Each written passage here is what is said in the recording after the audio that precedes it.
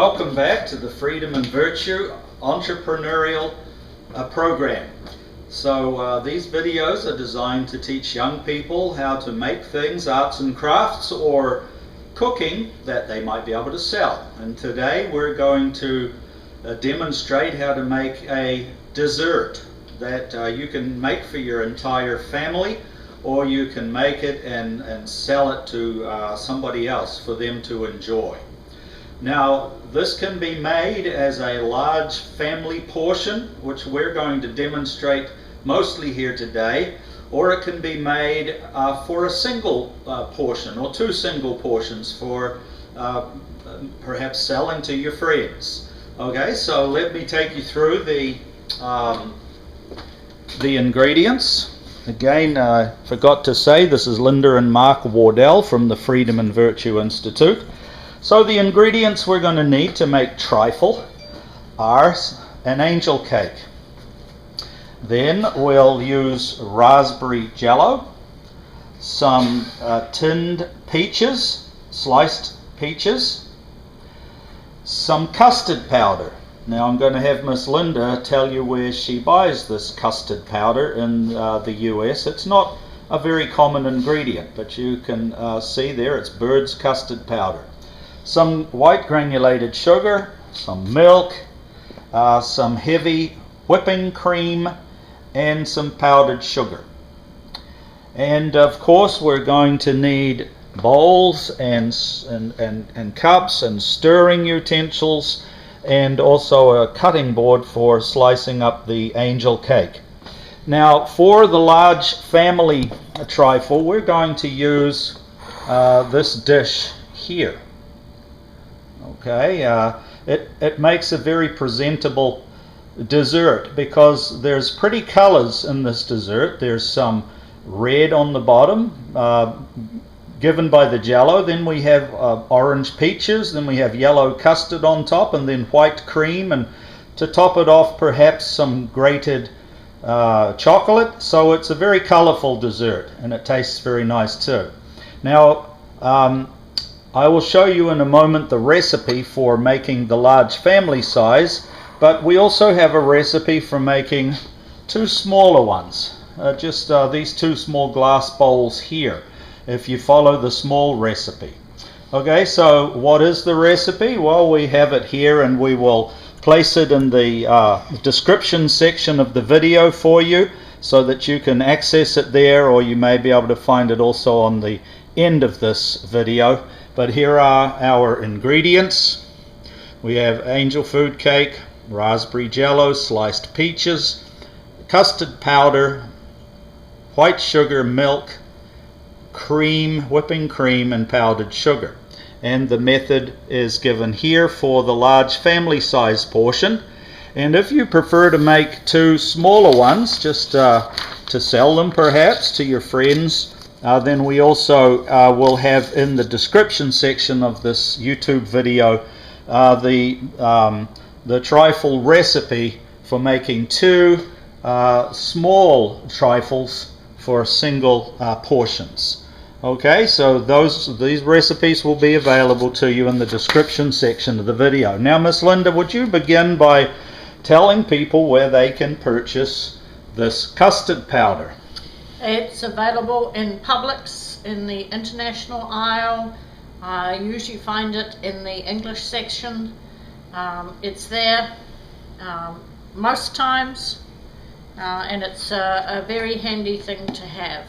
All right, so without further ado, Miss Linda, let's begin to make the family size trifle with the large amount of the ingredients that we're going to demonstrate today, that will go in this bowl, and you pop it in the fridge until you're ready to serve it up, and it is delicious. All right, so Miss Linda's taking an angel food cake, and where did you purchase that? That also came from Publix. All right, it's available at various places. It doesn't matter if it breaks up, because we're going to actually cut it up into cubes that go into the bottom of the bowl. Right, so Miss Linda's about to cut them up. They don't have to be small. but smallish, and then we just lay them in the bottom. Alright. You see them laying in the bottom there? We'll use the entire cake, will we, Miss Linda?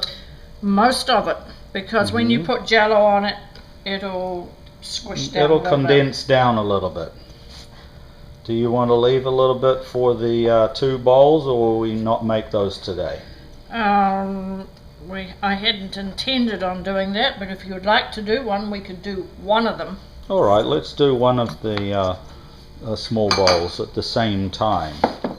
So we say for 2 individual ones we're going to use about 1/3 of an angel cake, but this way you will see just what a small one will look like. yes, there we go. And maybe a little bit more in this one, but oh, we go. Yeah, do you think there's enough in this small one? Yeah, there we go.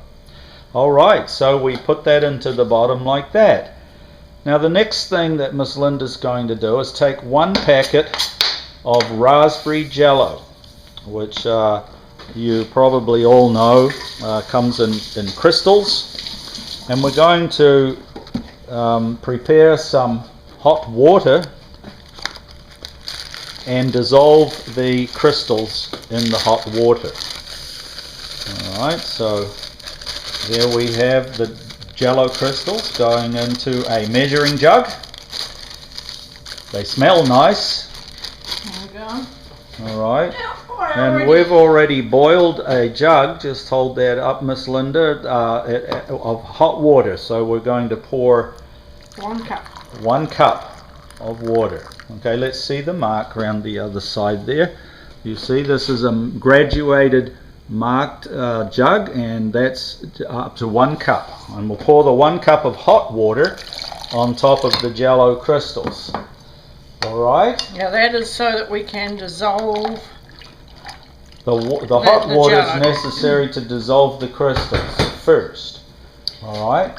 Now while that's dissolving, I'm going to get another cup. So now another cup of cold water. When these are fully dissolved in the hot water, we'll add a cup of cold water.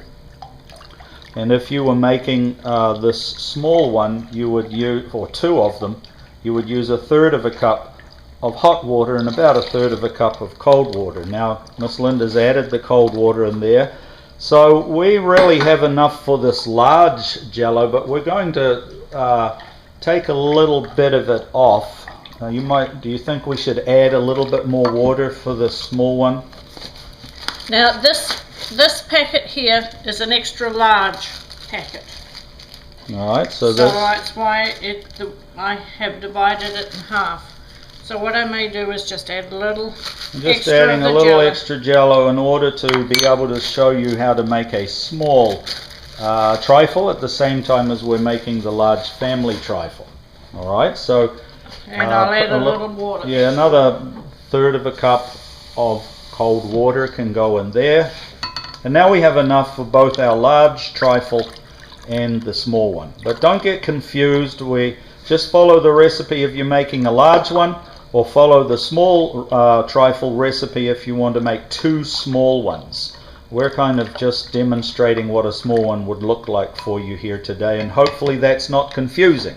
Alright, so now Miss Linda's going to pour that over the angel food cake in the large bowl. And you don't want to really soak it too much. You want the Jello to go into the angel food cake without pooling up in there, and the same in the little one. Let's just see how this is. Yeah, that's pretty good. Might get a little bit more on that side that's not covered yet. And we'll come over here, and we could definitely put a bit more in here. You'll see. Alright, that looks good. Alright, so we have all of that. I think we could put it all in, Miss Linda. It's soaking in there really well. And there it is. There's a cup and 1/3 of Jello. Alright, now the next thing that we're going to put on there are the peaches. So Miss Linda's going to open a can of peaches, and these come in slices, and generally we slice them again. Is that right, Miss Linda? Yes, then we can spread them out. And spread evenly. them out a little better if they're a bit smaller than the size that they come in this can, which you'll see in a minute. And I'm going to tip a little of the juice. Tip a little of the juice off that we don't need today. Alright, and now we'll put some peach slices onto this cutting board. And Miss Linda's going to slice those through longitudinally through the center and cut them essentially into half pieces. Alright, just like that. Be careful you don't cut yourself, young ones, if you're using a sharp knife to do this. And then we're going to lay the peaches around the bowl like that. Okay, and that's the center piece of the trifle that gets covered now in a custard and then whipped cream. We'll do the same now for the large trifle. Some of these slices are fairly big. That's a good reason to. Yeah, if you come across one that's already pretty thin, you don't need to cut that in half. But this is just makes it go into the bowl better, and it's better eating. You don't have a great big mouthful of peach if you're eating this trifle at the end of the day. Alright, so do we, not quite enough yet, do we, Miss Linda? No, we'll use some more. Alright, now the next thing that we will be doing is putting some milk on to heat. Alright, so we're going to use the entire can, and let's see what size can that is. Does it say what size can that is in ounces? Perhaps you cut those up and I'll have a look. Okay, so you can see that this is a 1 pound 13 ounce can, or an 822 gram can of sliced peaches in syrup. Net weight 29 ounces, 1 pound 13 ounces. Okay, so that's what we used here today for this recipe, and we're putting the rest of the peaches into the large recipe. Alright, now it's time to put 2 cups of milk into a saucepan and start to warm it. So 2 cups of milk.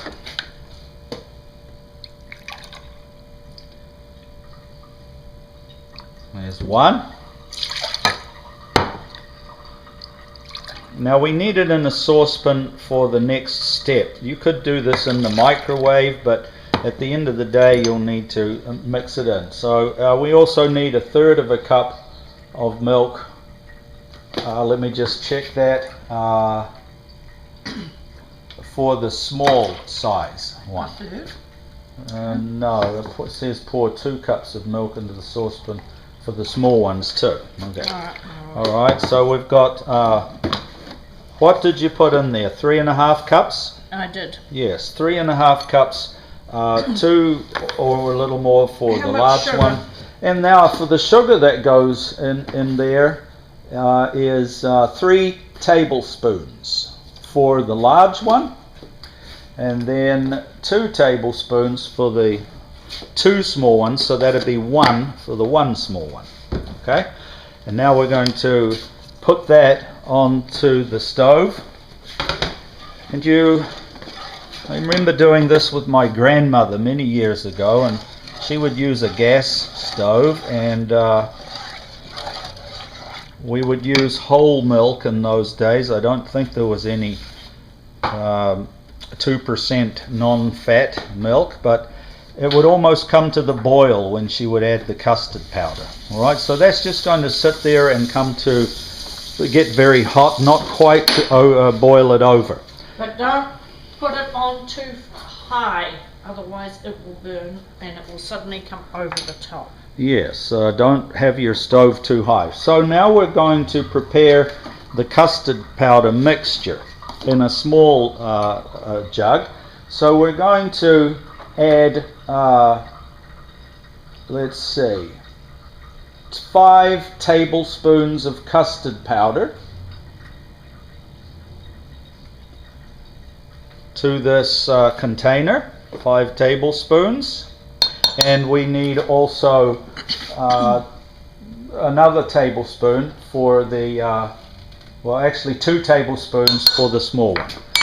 Okay, so there's 7 tablespoons in there, 1 for the large one and 1 for the small. Just add enough milk to stir that in, and it'll be whisked, because it could go lumpy. Alright, so Miss Linda's going to, she'll have to add a little more milk probably. Let's see. Oh no, it's going to go in quite well, I think. Alright. There we go. And whisk that around just to make a fairly thick but pourable mixture. It will stir in relatively easily. You're not going to have a lot of trouble getting this into some. And then just before you put it in the milk, we need to give it another stir. Alright, so that's ready now to be added to the milk, and we'll add it not too fast when we add it to the milk. So Miss Linda's over there on the stove bringing the milk to a high temperature. You want this pretty high when you add the custard powder. The custard powder slurry mixture, and then you'll continue to stir this. So this has milk and sugar in it, and the other has the custard powder in it. You can also add the sugar into that other bowl if you don't want to add it to the milk, but it doesn't matter which way. I think the recipe says to add it into the jug, but we've added it in here into the milk. The thing is that the custard powder needs to be added when the milk is hot. Alright, I think it's got a little ways to go yet, wouldn't you say, Miss Linda? Yes, it does. Yeah, so it's going to take a little while to bring that to the boil. So, why don't we talk about when you could utilize this this trifle? When do we make this at home here? Usually we will make it if we have friends coming over for a meal. Particularly in the summer, because it's a cold dessert. Yes, it's a cold dessert that comes out of the fridge just before serving it. So it's something that's light, and most of our guests enjoy it. Now, there's a custom in some English countries when they make their trifle of not adding the Jello to the angel cake sponge, but when they're making it for adults, what might they add, Miss Linda? They usually put sherry in there, but I don't advise you to do that. Not if you're a young person, but if your mom and dad want to try that when they have some friends over, you can also substitute the Jello for some sherry. But not as much sherry as I put Jello. Oh, no.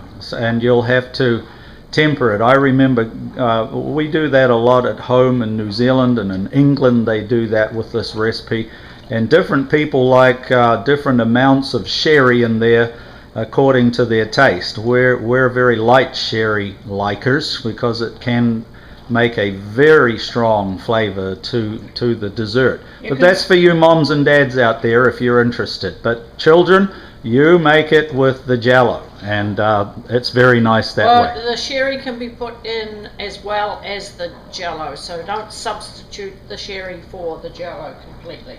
And just be not too heavy-handed with that sherry. Alright, so that is a way in which some countries prepare this dessert, and that's kind of good for you to learn and know. Alright, how's the milk? Is it getting warmer? Let's have a look. It's getting warmer. Yes, it's starting to heat up. Now, we could have had that preheating, couldn't we, for this video, but it's better to show exactly how we do it from scratch. Now just describe what you're going to do when we put the Jello in, the custard in. Well, we're going to continue stirring because it's going to thicken up fairly quickly, and we want it quite thick, because after we have poured it onto our angel cake and our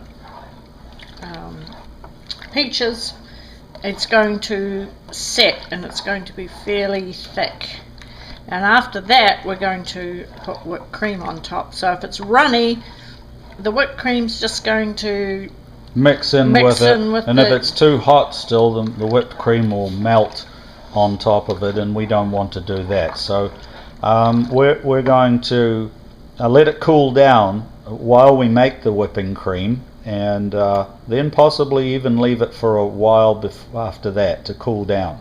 You don't want to put the whipped cream onto very hot custard. Alright, I can see bubbles coming up to the top of that, showing that it's getting warmer. Is there a temperature that they could shoot for if they had a thermometer? I know you just do this by experience, but what about a young person who hasn't boiled milk before? Well, you can see now just by looking at it that it looks warmer than when we first poured it in, because there's little bubbles around. Now we can we don't have to wait until it's boiling or nearly boiling. We can actually put it in now and just continue to stir. So that is what I'm going to do. Alright, so you added that in one big dollop. I did. Okay, now not everybody does that.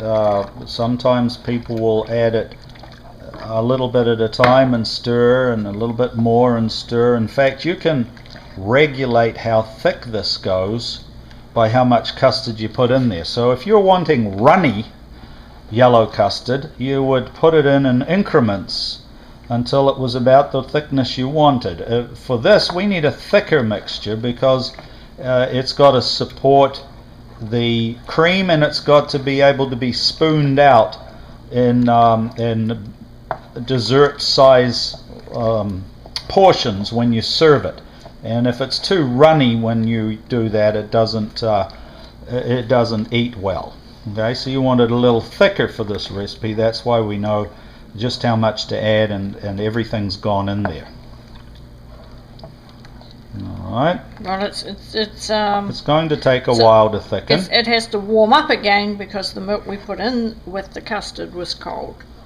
Alright. So it's got to come back up again. Can we put a little bit of that in there and get more of that out? What, a little more of this? Yeah, put some of this hot milk in there, stir it around. We just left a little bit of the custard powder in the jug this time. Normally that doesn't happen. Yeah, there we go. Now we've got it all out, and Miss Linda will continue to stir now. Now this is a time when you don't want to go away or get distracted and leave it, because several things could happen. It could boil over, or it could get very thick and then burn on you. So constant stirring will stop it from catching on the bottom of the pan, that is burning. And you don't want to leave this at this time, and you just want to watch the temperature. You can see on the bottom of the spoon it's starting to thicken up on the bottom, so that's why it needs to keep being stirred. If you've ever made oatmeal, it's a little bit like making oatmeal. You keep stirring that till it thickens, or at least some people do. Modern oatmeal cookers sometimes just leave it in a slow cooker. But we make our oatmeal on the stove just like this, and you've got to keep stirring it and adding water or milk as you like until it's the right consistency. It is starting to thicken. Alright, you can see it's starting to thicken now. Do you see that? It's getting close to being finished. I can hear a different sound now. Let's see that one off the spoon. You can tell by the way it's the look of it. Now this will go quickly, so keep stirring fairly vigorously at this point, or it'll get lumpy. See, it's very smooth right now. Very smooth.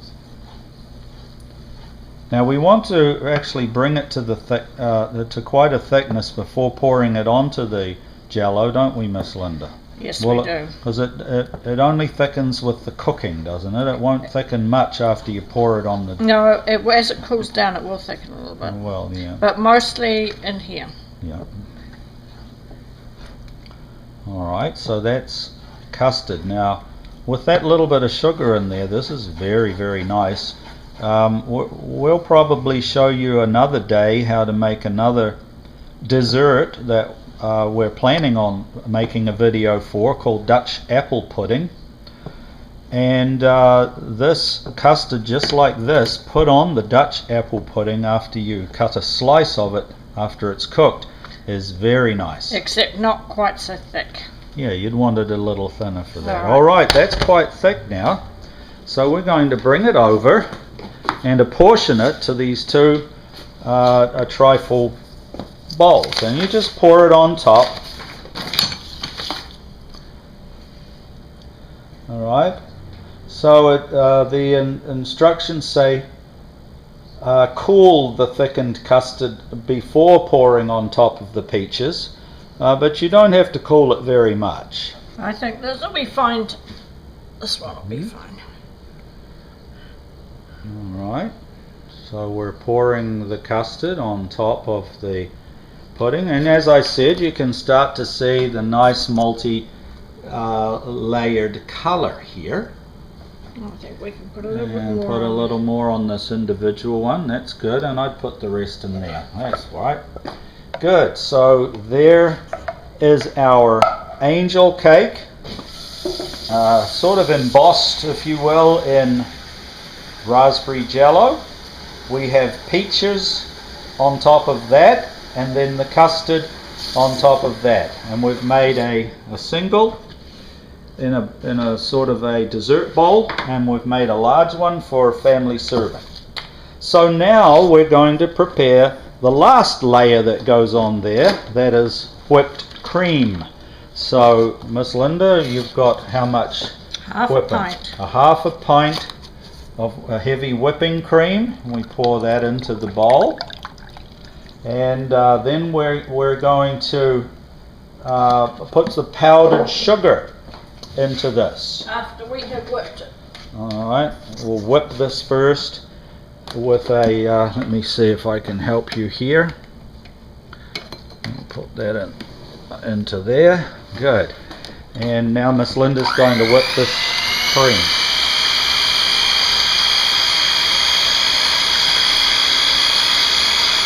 Alright, so most people have whipped cream. Just be careful you don't whip it too much. If you think, oh, I just want it a little thicker, you'll find that if you go too far, it suddenly turns into butter. Alright. So I have only ever done that once, so I know it does happen. There we are, we're whipping the cream.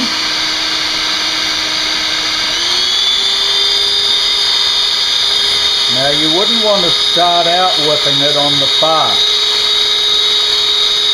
because it would spray everywhere, but as it thickens a little bit you can turn it up.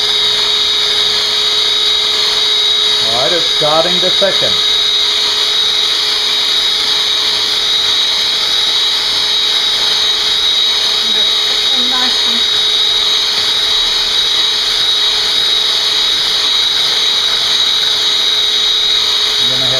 Both. Make it enough.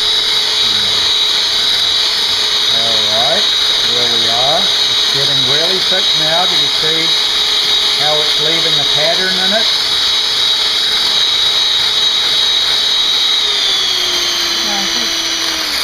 That will be enough. Alright, so there's our cream, and see, hold that up so they can see how it doesn't just fall off. Good. And just hit it on your hand or on the side of the bowl. And now we have whipped cream. Now Miss Linda's going to add some powdered sugar. which gives the cream just a little bit of sweetness. And how much do we add? We add 1 tablespoon for the large one, and for the small one, the powdered sugar is it says 1 tablespoon for 2, so she added what, 1.5? Yeah, there we go. And that just gives it a little bit of sweetness. Okay, so now you just see she's using a rubber spatula just to turn that into the cream. Alright, now this really is just a little... It's a little bit warm yet, isn't it? To put on there. So we're going to stop the video at this point for a few minutes while the custard cools down before we come back and add the whipped cream. So we'll see you in just a few minutes and we'll tell you how long that took. Well, here we are back again after 45 minutes, but it turns out that it would have been ready after about 30 minutes. So Miss Linda's right now about to add the whipped cream. So let's get close up and watch that.